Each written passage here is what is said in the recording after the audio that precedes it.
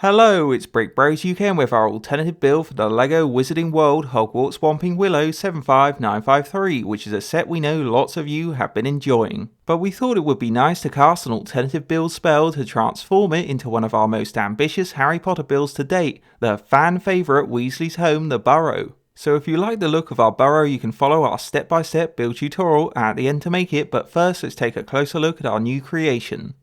And as far as spare parts go, we only had a few left over that could always be added into the build if you wanted to use them up. We also decided to keep the blue Ford Anglia intact as it fits with our Weasley home scene for flying around the house, so there's no need to break up the lovely car. Now our Burrow's obviously not accurate in its colour or some of its design due to the large amount of Hogwarts parts, but overall it's still a decent substitute for the 2010 set with a nice tall shape. And there's plenty of fun areas to explore which will make it an interesting new location for your Wizarding World collections. So if we go in for a closer look, we tried to recreate the Burrow's odd mismatched towered structure, and at the front of the house we put together a lovely porch entrance on the base, which features columns either side, shrubbery, a hanging lantern on the wall, and there's a letterbox hidden behind one of the columns for our post. There's a fully functioning door in the centre as well, with a colourful pink doorknob, a window for seeing out, a stone step up, and best of all it can be swung out so minifigures can enter and exit easily. Looking above the porch, the tower structure continues with the 3 windows going up one after the other for the different levels.